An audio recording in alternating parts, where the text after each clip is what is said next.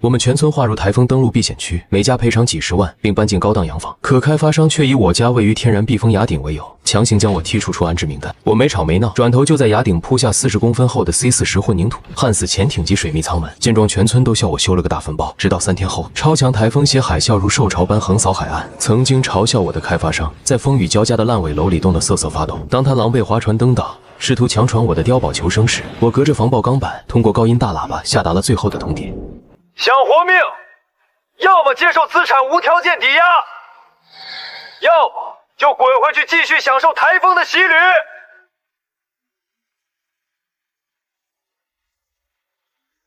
今年是市气象局严厉预警的极端气候年。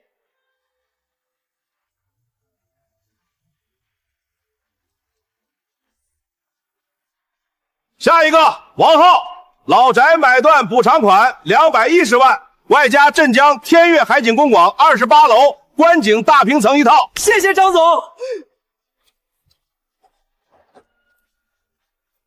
各位街坊，今天晚上镇上悦来酒楼，我王浩包场，咱们再也不用在这破渔村里提心吊胆的躲台风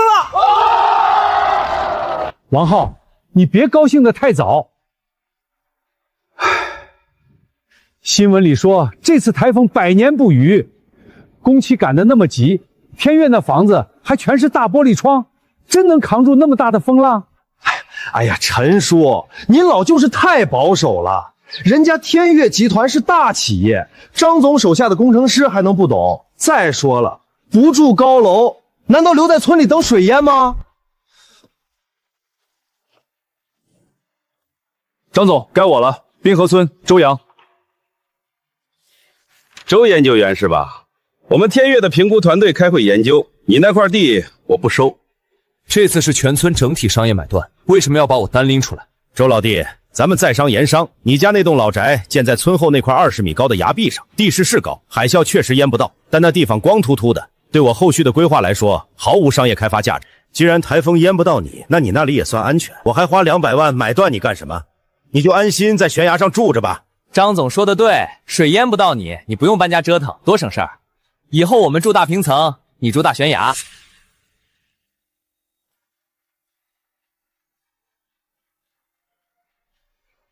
张总，作为专业的科研人员，我必须提醒你，你手下的勘测团队犯了一个致命的常识性错误。那块花岗岩崖壁确实高出海平面20米，但是它的地理接面是一个喇叭口，一旦气象局预警的台风正面登陆，狂风灌进这个喇叭口，会引发狭筒加速效应，那里根本不是什么安全区，而是风压最核心的撕裂点。不仅是我的崖顶，张总，你们在迎风海岸线新建的天悦公馆使用了大面积的落地窗，如果防风等级没有达标，在极端的台风面前，整面玻璃墙会瞬间爆裂。我建议你暂停村民入住，重新进行抗冲压复建。够了，周阳，你少在这里危言耸听。我的工程都是有监理签字的，怎么可能出问题？你无非就是因为我没收你的地，故意在这里找借口刁难我。我告诉你，我的决定不会改。周阳，你别闹了，张总不收就不收吧，你赶紧收拾东西去镇上租个房子躲躲。你那悬崖上连棵大树都没有，真要是风口，老房子哪顶得住啊？陈叔，我不会走的。张总，既然你坚持认为我的崖顶没有开发价值，并且拒绝收购，那么为了避免台风过后不必要的纠纷，请你在这里签个字。放弃该地块收购及无开发干涉权声明。既然地还是我的，我接下来会用我所有的积蓄，在我的宅基地上进行加固，建设一座防灾气象观测站，用来收集这次台风的极限数据。我需要你白纸黑字承诺，无论我在上面修建什么防御建筑，天悦集团都无权进行干涉或举报。周阳，你真是搞研究搞魔怔了，你要把积蓄全砸在那个破悬崖上修碉堡？行，我张某人还不至于眼红你那块不毛之地，拿好你的声明。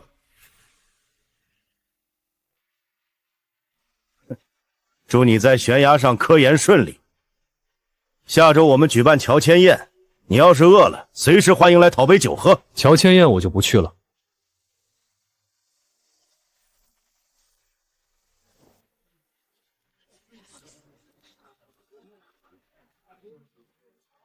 张总，大自然不会手下留情，我只希望你的玻璃能像你的嘴一样硬。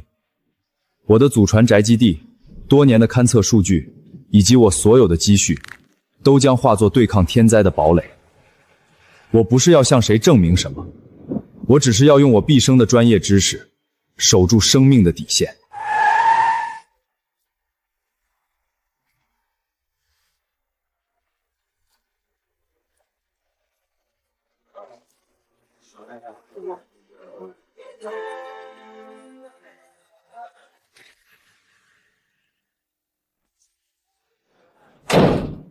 周同志，你只有5分钟，台风海神的路径还在变，我们现在是在跟时间赛跑。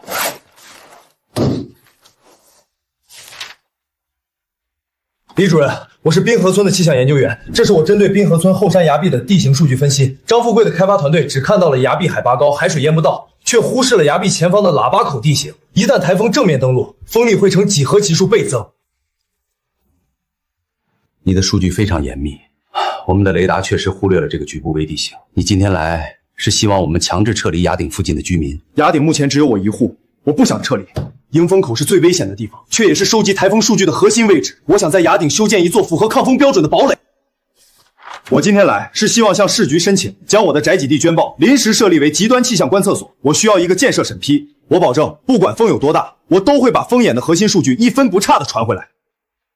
周同志，这可不是开玩笑的。搞科研总得有人去测最真实的数据，技术守护生命。我对我设计的抗风结构有绝对的信心。好一个专业硬汉！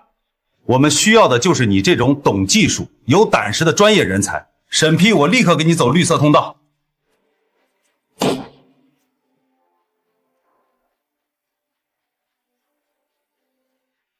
这是北斗卫星通信终端，你拿好。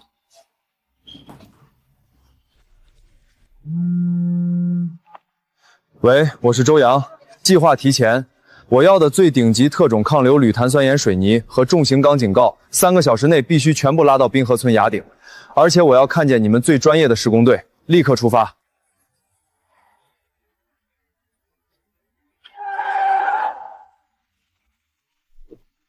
周工，你这活不好干啊！这下面全是实心花岗岩，挖掘机根本下不去齿，一挖就得断铲子。不需要挖地基，赵队，让前孔转机上。我要在这个中心位置画一个直径16米的圆，沿着圆周每隔1米半给我往下打5米深的垂直深孔来做地基。在花岗岩上打孔，这钻头损耗可是天价呀！不用替我省钱，材料必须用最顶级的。我要的是绝对的稳固，上高强度石网质直根胶，打入重型钛合金螺纹蒙古。我要把这座建筑死死地长在整座大山上。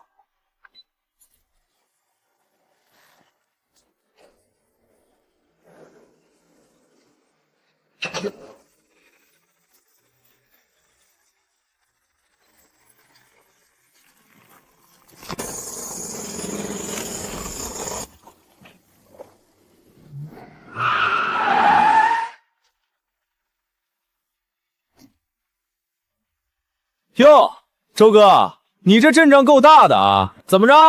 你打算自己在崖顶上开矿啊？花这么多冤枉钱在悬崖上打洞，真是读书读傻了。周阳这孩子平时挺聪明的，怎么关键时刻犯倔呢？这得砸进去多少钱啊？拿这钱去市里买套小房子不好吗？王浩，你少说2句。周阳是搞气象的，他这么干肯定有他的道理。倒是咱们要搬去的那几栋楼，建得太快了，我这心里总觉得不踏实。陈叔，您老就别杞人忧天了。周阳，你慢慢在这儿凿石头吧，我们明天就搬家了，不陪你吹海风了。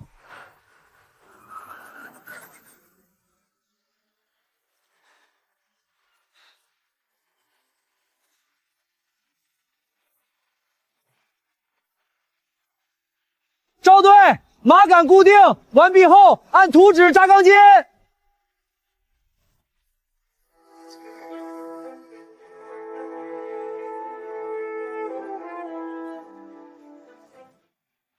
周公，你这连个墙面都没有，全是个圆弧，这窗户都没法开啊！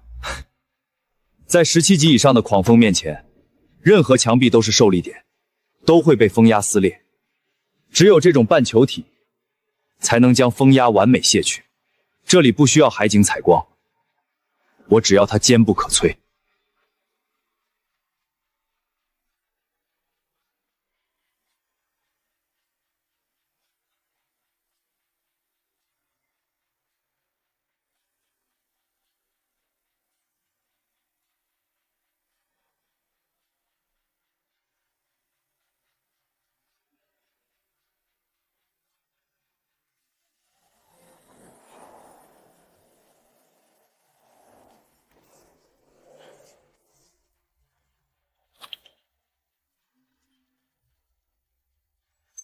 倒计时正式开始。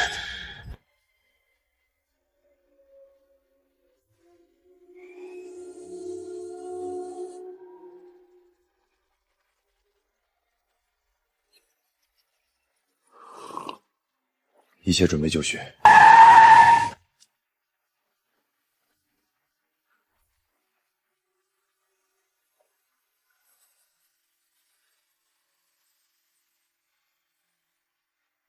周阳，你给我出来！张总，不在你的海景大屏屋里庆祝乔迁，跑我这风口来干什么？你少在这儿装蒜！我马上就要在这片海滩做高端旅游宣传了，你在这个制高点弄这么个有碍观光的东西，我限你今天之内把它拆了。周阳，别给脸不要脸！今天你不拆，我们工程队帮你拆。周哥，你这就是眼红我们分了房。张总大人有大量，不计较。你赶紧低个头，把这玩意儿挪了，别大家脸上都不好看。刘刀工头，海景公馆那3栋楼的玻璃幕墙有没有做过极限风压测试？你为了多拿回扣，把国标承重钢筋换成了什么型号？需要我这个专业地质勘测员去实地打2个孔测一测吗？你放屁！老子砸了你这个破壳子！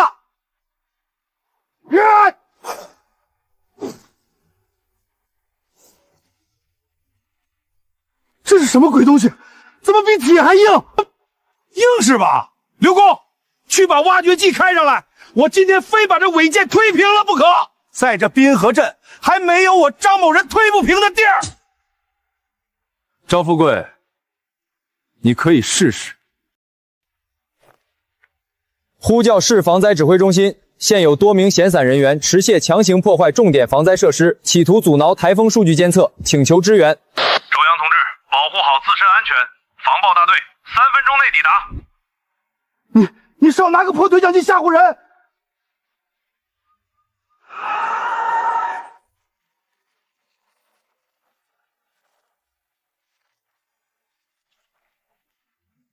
胆大包天，市里已经下达了红色台风预警，你们竟然在这个节骨眼上企图破坏重点防灾科研设施，误会，都是误会啊！我手底下的人不懂事，我以为这只是普通的违建。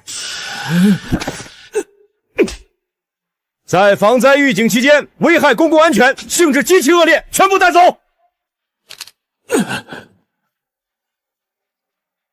立刻返回，组织居民做好防灾准备，随时接受警方传唤。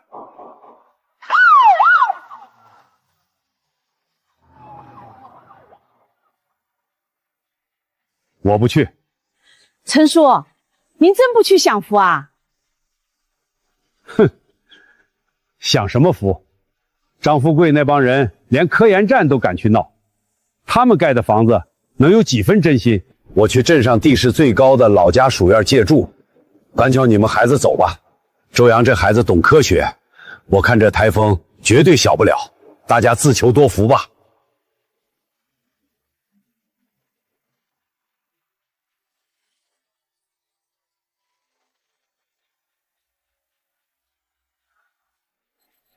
警告！外部瞬间风力已突破16级，预计半小时后达到17级以上巅峰状态。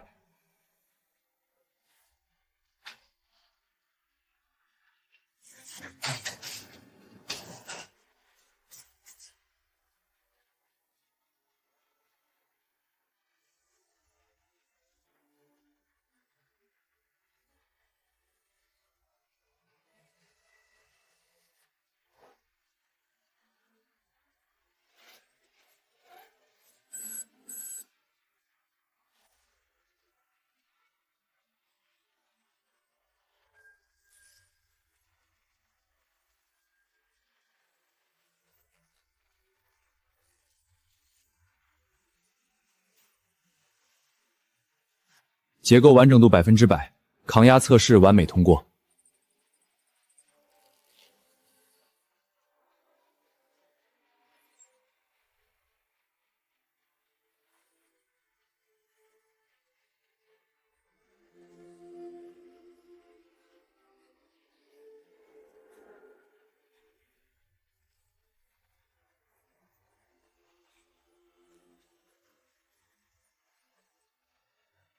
大自然从不为人类的侥幸买单。张富贵为了节省30%的建筑成本，私自将国标双层夹胶防爆玻璃换成了劣质强化玻璃。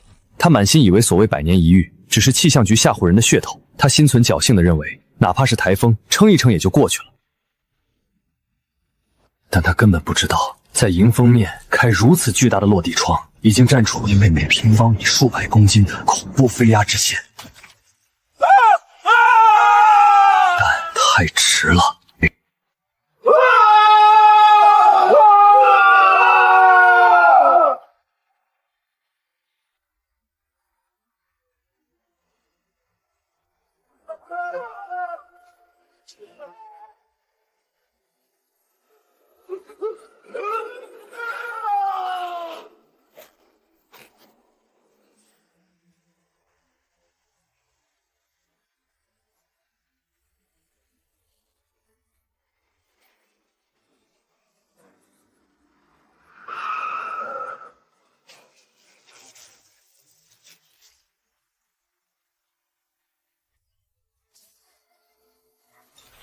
这栋张富贵用来收割利益的豪华安置楼，在自然伟力面前，只用了不到10分钟，就被扒下了豆腐渣式工程的底榻。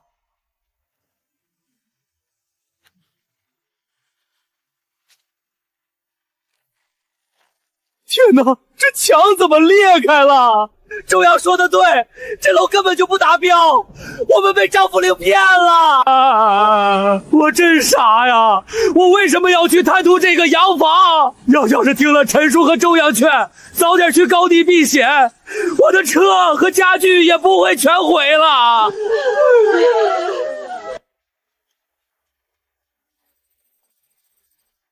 报告指挥中心，天悦公馆出现严重结构性损坏，疑似使用了非标建筑材料，请在风力减弱后，第一时间安排水上救援队前往疏散，并建议警方对开发商进行立案调查。收到，周阳同志，你的情报非常关键。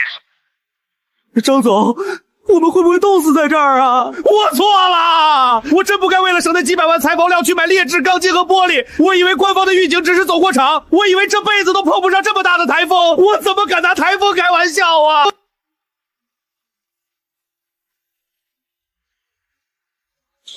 张总，你看那边，崖顶，周阳的堡垒没事，他那里有电，肯定有暖气。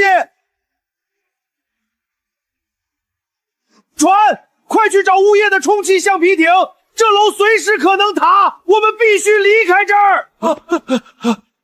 划过去，只要爬上悬崖，进了周阳的观测站，我们就能活命。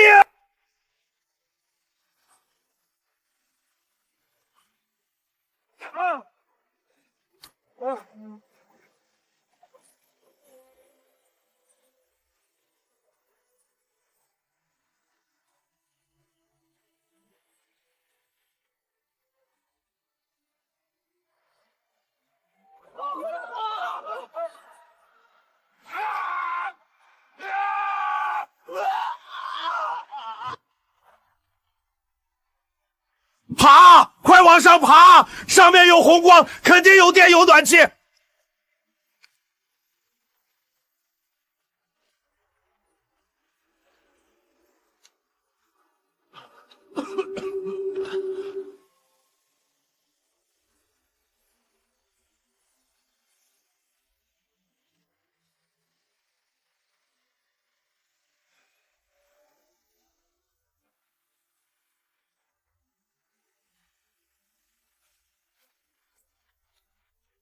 周阳，周公，快开门啊！我是王浩啊，我们知道错了，求你让我们进去躲躲吧。周老弟，以前是老哥我利欲熏心，是我目光短浅。你这观测站建得太牛了，只要你开门，等台风过去，我个人出资给你捐500万，不，1000万科研经费。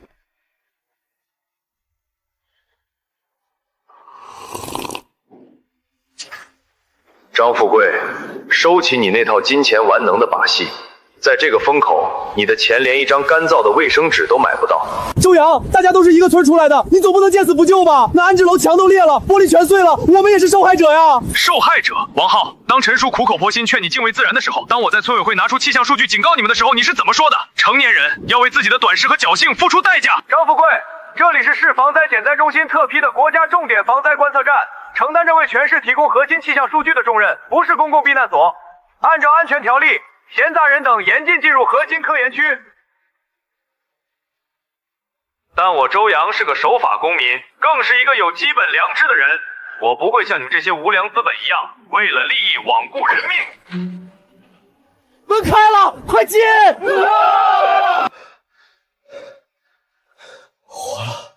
活下来了。这是哪儿？这是减压缓冲舱，用来隔离外部恶劣气象和气压的。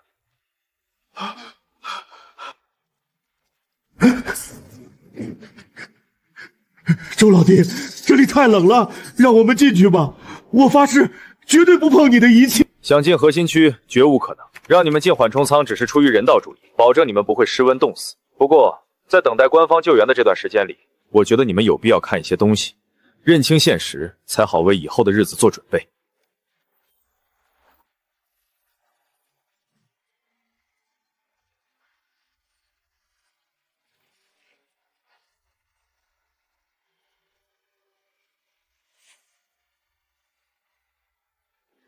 张富贵，你真以为你在工地上的那些违规操作天衣无缝吗？作为长期在这一带搞地质勘测的人，我早就察觉到了你们地基施工的异常。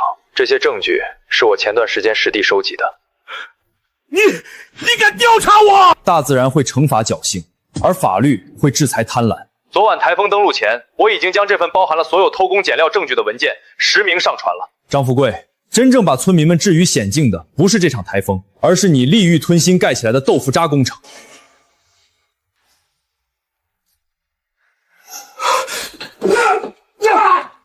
张富贵，你个大骗子！你骗我说的是抗灾房，我老婆孩子还在里面，你用劣质材料，你是要我们全村人的命啊！你放开我！我也是被材料商蒙蔽的。放屁！闭到这个什么大说？你们说吧。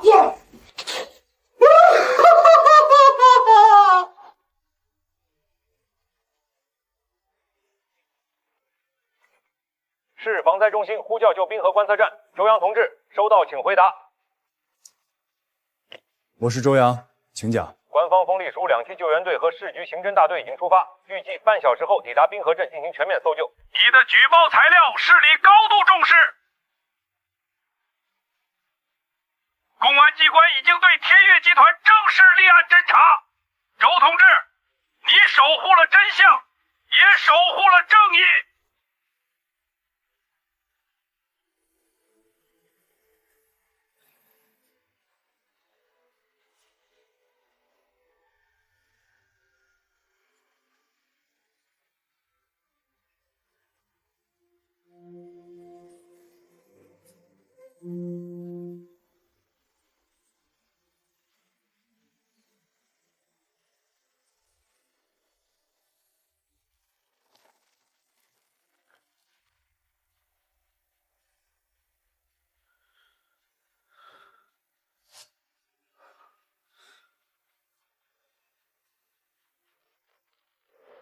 周阳，杨子，能听到吗？陈叔，我是周阳，我这里一切安全，您那边情况怎么样？哈哈哈，太好了，我就知道你小子的硬核技术靠得住。我们听了你的劝，没去天悦公馆，早早撤到了镇后面地势最高的砖孔老家属域。这边有官方组织的防水沙袋，房子虽然老，但抗风压的设计很扎实，1楼都没进水，大家都很安全。官方的救援物资也已经到位了。可是杨子啊，天悦公馆那边彻底失联了。我站在楼顶用望远镜看，那3栋楼玻璃全碎了，下面又被水淹着。村里几百号老少爷们都在里边，也不知道冻坏了没有。你那边地势高，能不能想办法联系上他们，给他们透个底儿，让他们别干傻事儿？交给我吧，陈叔。官方的救援队半小时后就到，我来稳住他们。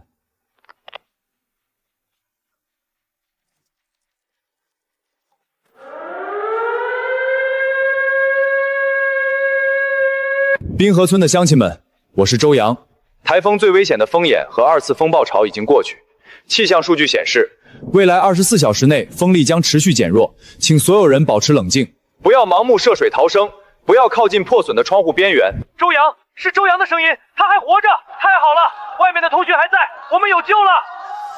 大家听好，市防灾减灾中心的重型水陆2栖救援队已经携带物资从内陆出发，预计半小时后就会抵达天悦公馆，进行全面搜救和转移。你们现在要做的就是集中到有实心城又强的内侧房间，互相取暖，保存体力，等待官方的救援。乡亲们，天灾无情，但人祸更可怕。你们现在之所以在寒风相中中受冻，并不是因为台风大到无法防御。我现在正式向大家通报，经过我的实地勘测与取证，天悦集团在建设这3栋安置房时，替换了压成劣质飞标钢材，同时，你们那些爆裂的全景落地窗，全部是没有经过抗风压3C 认证的单层劣质玻璃。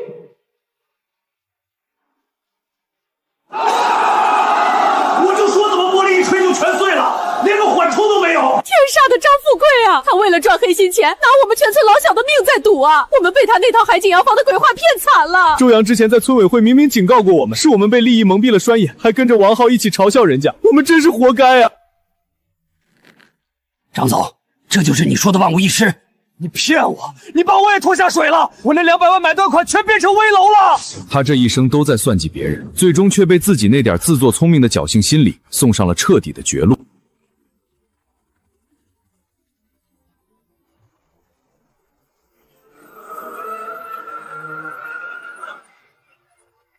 乡亲们，不要拥挤，保持秩序，老弱妇奴先上船。得救了，我们还活着，谢谢你们，也谢谢周阳。如果不是他，我刚才都想带着孩子跳水逃生了。是我们错怪了好人啊！是啊，周阳那孩子心眼实，他是真懂科学的。要不是他揭穿了张富贵的豆腐渣工程，我们以后住在这楼里，指不定哪天连命都没了。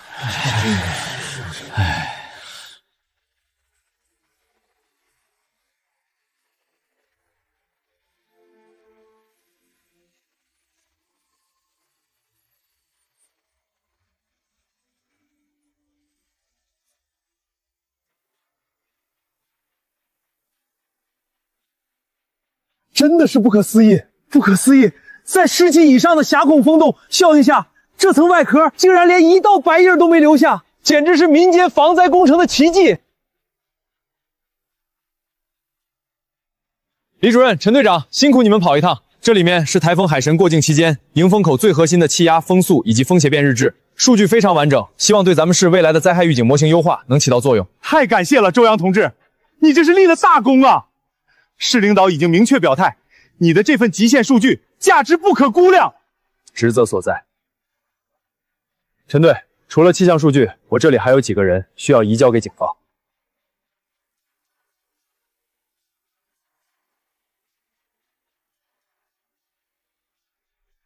晶晶同志，救命啊！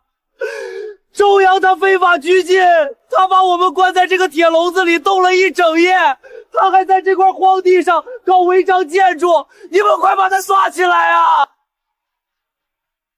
我是天悦集团的董事长张富贵，我和市里很多领导都认识。周阳这是故意伤害，我要见我的律师，我要告他。非法拘禁，违章建筑，张富贵，你是不是被台风吹坏了脑子？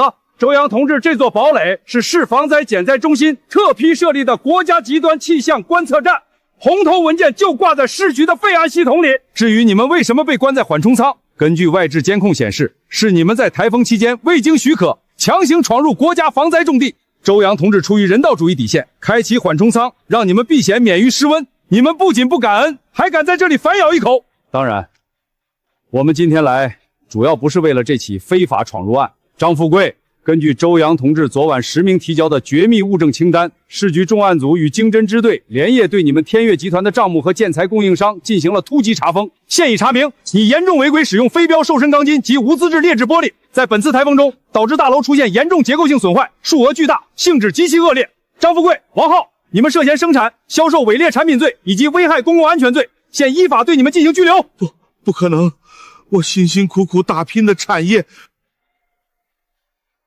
警官，我是被逼的，我什么都不知道，都是张富贵让我干的。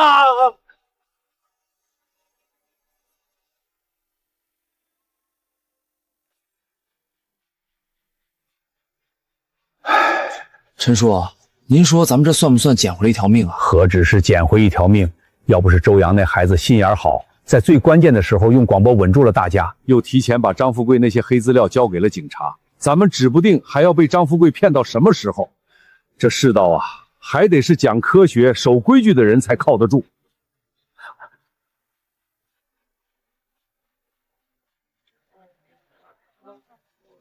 李主任，这周阳同志的防灾堡垒真的像报告里写的那么坚不可摧？孙老，您上去亲眼看看就知道了。实不相瞒，当我们救援直升机到达崖顶时，我甚至以为那座建筑是军方秘密部署的。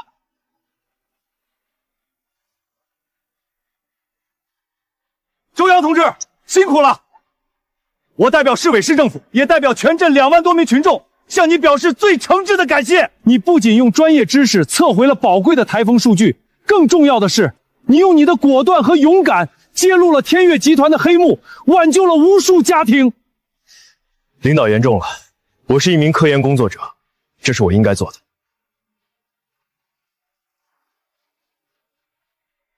周公，你这哪里是在建房子，你这分明是在打造一个地狱末日的堡垒啊！大自然面前，人类的侥幸是致命的。我只是把力学和材料学的极限参数应用到了这座建筑上而已。周阳同志的这种精神和专业素养，值得我们大力弘扬。李主任，关于之前讨论的那件事儿，现在可以向周阳同志宣布了。鉴于周阳同志在本次台风海神防御工中的突出贡献，经省委决定，正式将观测站升级挂牌为国家级沿海极端气象基地，并特聘周阳同志担任该基地首席技术顾问兼名誉站长。周站长，除此之外，市里针对你在此次的卓越表现，特批了一笔500万元的奖励基金，希望你能用它继续完善观测设备，为咱们沿海防线筑起更坚固的技术长城。一定不辱使命。杨子，以前是我们糊涂，被张富贵那几张臭钱蒙了心窍。要是没有你，我们全村人现在恐怕都没命站在这儿了。周阳兄弟，对不起。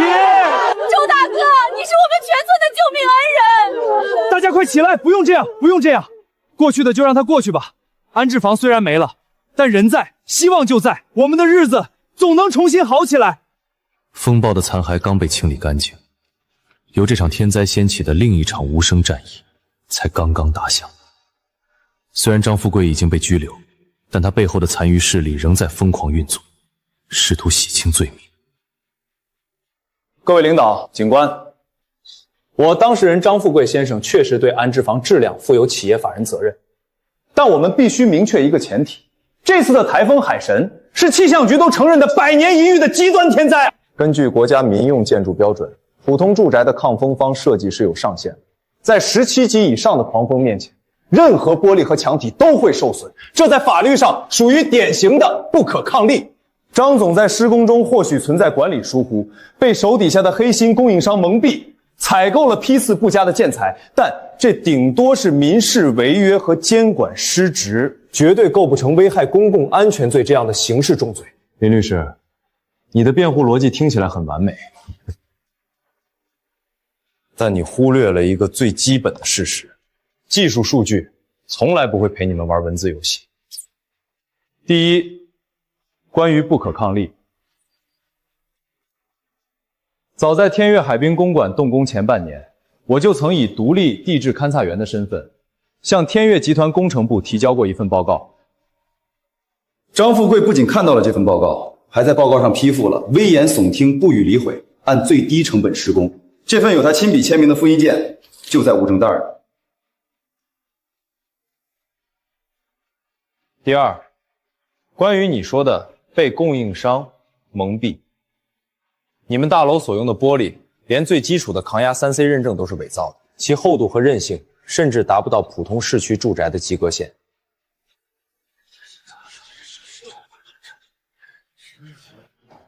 周站长说得好，市局的态度很明确，不管是主犯还是从犯，这次绝不姑息。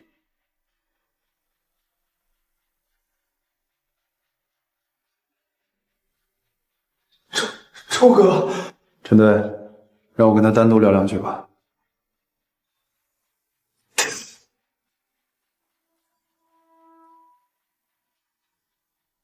王浩，你妻子和小女儿在安置点挺好的，官方的医疗队给他们做了全面检查，孩子受了点惊吓，但没大碍。陈叔他们也帮着在照顾。我对不起他们，我对不起村里的乡亲啊！周哥，我真不是人，我被张富贵那点买断款和回扣迷了心窍，我还帮着他去忽悠大家搬家，我差一点就害死了我全家呀！哭解决不了问题，后悔也换不回已经塌掉的房子。张富贵现在正把责任往你们这些手底下的人身上推。他说那些劣质钢筋和玻璃都是你和包工头私下吃回扣进的，他这个董事长不知情。放屁！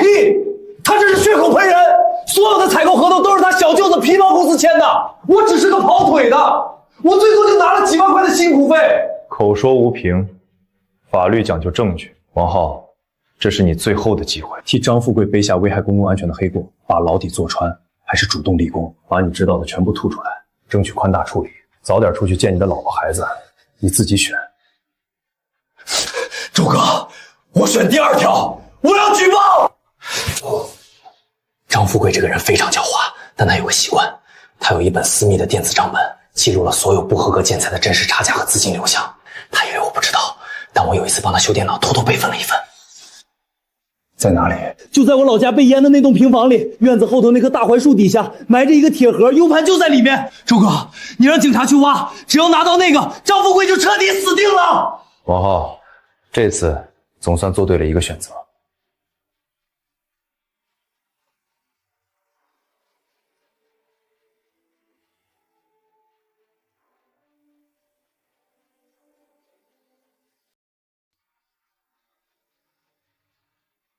杨子，今天多亏了你当庭作证。我认罪，是我被钱蒙了心，总觉得台风吹不到我头上。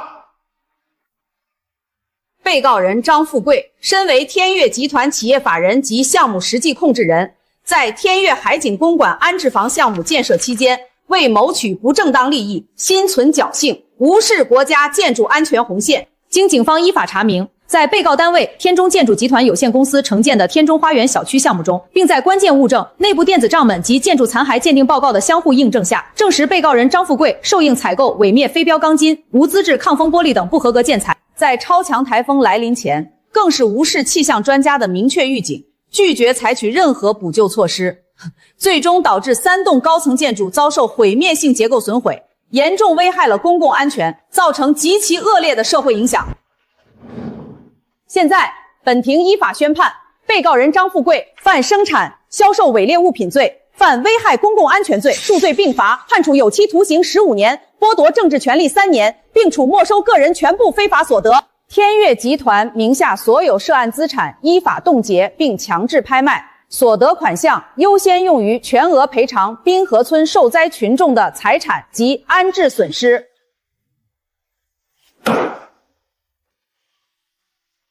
判得好！我服判，我罪有应得。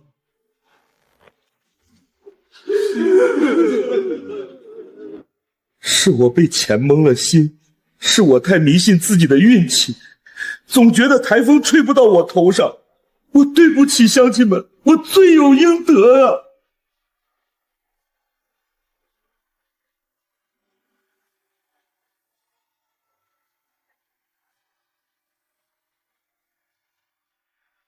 周站长，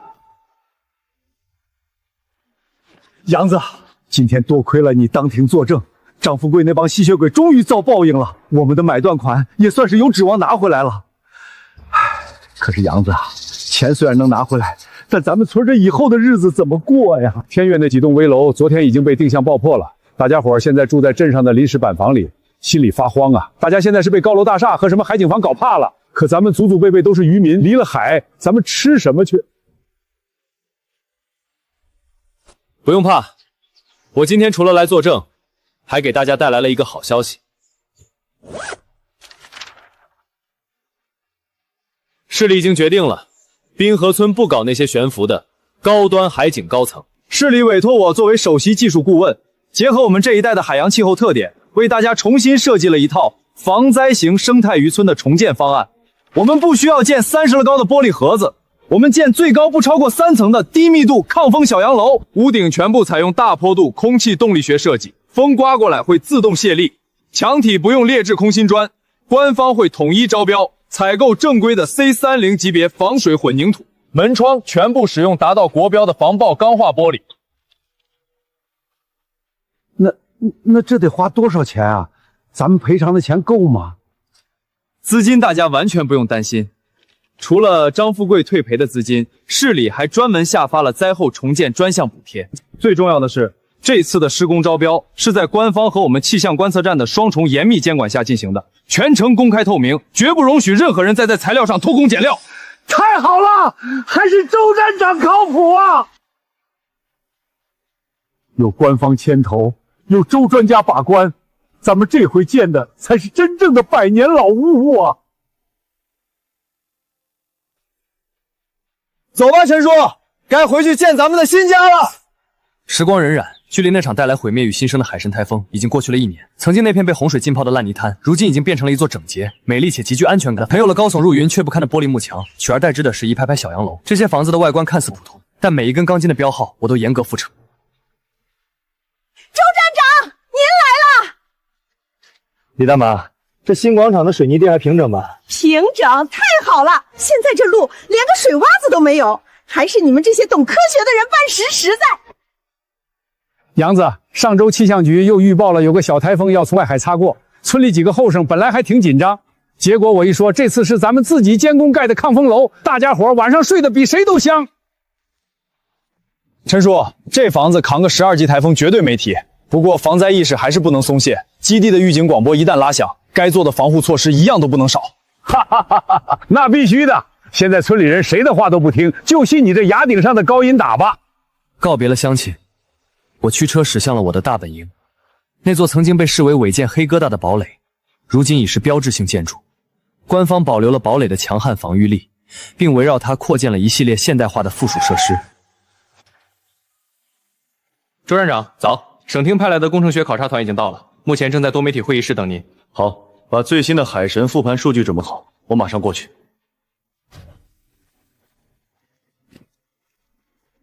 周站长，久仰大名，您当初在那场超强台风中，凭借这座半球形堡垒测绘的极限压和狭筒效应数据，现在已经成为了我们全省沿海防灾建筑设计规范的重要参考标准。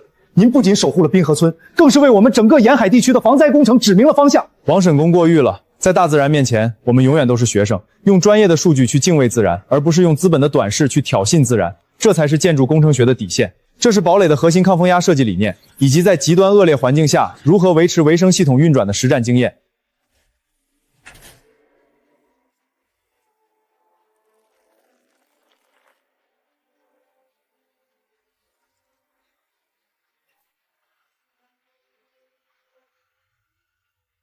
周站长，指挥中心呼叫，气象卫星显示，太平洋深处一个新的热带低压正在形成，可能会在10天后影响我市沿海。收到，李主任，东河崖壁预警基地已全面进入监测状态。风停了，还会再起，但这一次，悬崖上的守护者不再是孤军奋战，因为在我的身后有国家，有乡亲，更有一套专业防线。无论未来的风暴有多么猛烈，都将在这座黑色堡垒的注视下屹立不倒。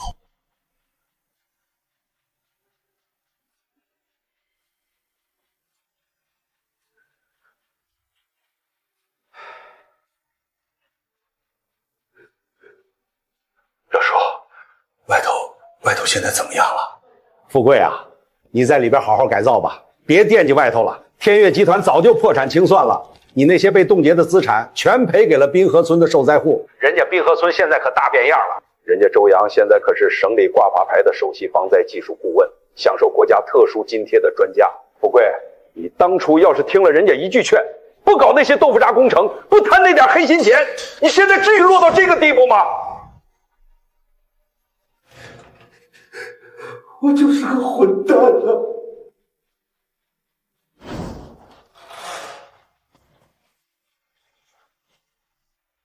周站长，最新的临海对流层数据已经出来了，距离我们东北方向200海里处突发强对流天气，预计2小时后会有一场局部极端战线风暴席卷滨河海岸，把气象多布罗雷达的扫描频率调到最高。邵线风暴瞬间风力大概多少？模型预测瞬间阵风可能达到12级以上，伴随短时强降水。立刻启动基地2级预警响应。接通滨河生态渔村村委会的专线广播，通知全体村民马上进行防灾预备。不仅是我们在接受考验，这也是滨河村新房建成后面临的第一次实战检验。大家伙都听见周站长的广播了吧？别慌，按咱们平时演练的来，检查抗风门窗。这房子是周站长亲自给咱们把关建的，别说12级、15级，咱们也不怕。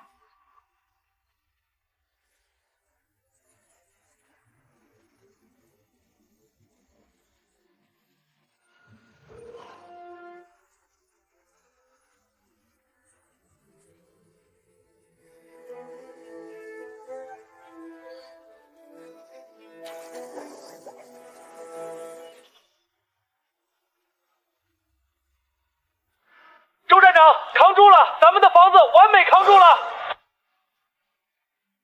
看到了吗，小林？周阳同志，鉴于你在防灾气象领域的杰出贡献和扎实的技术根耘，省里决定正式提拔你前往省城防灾减灾总局担任技术副局长，那里的舞台更大，能调动的科研资源也更多。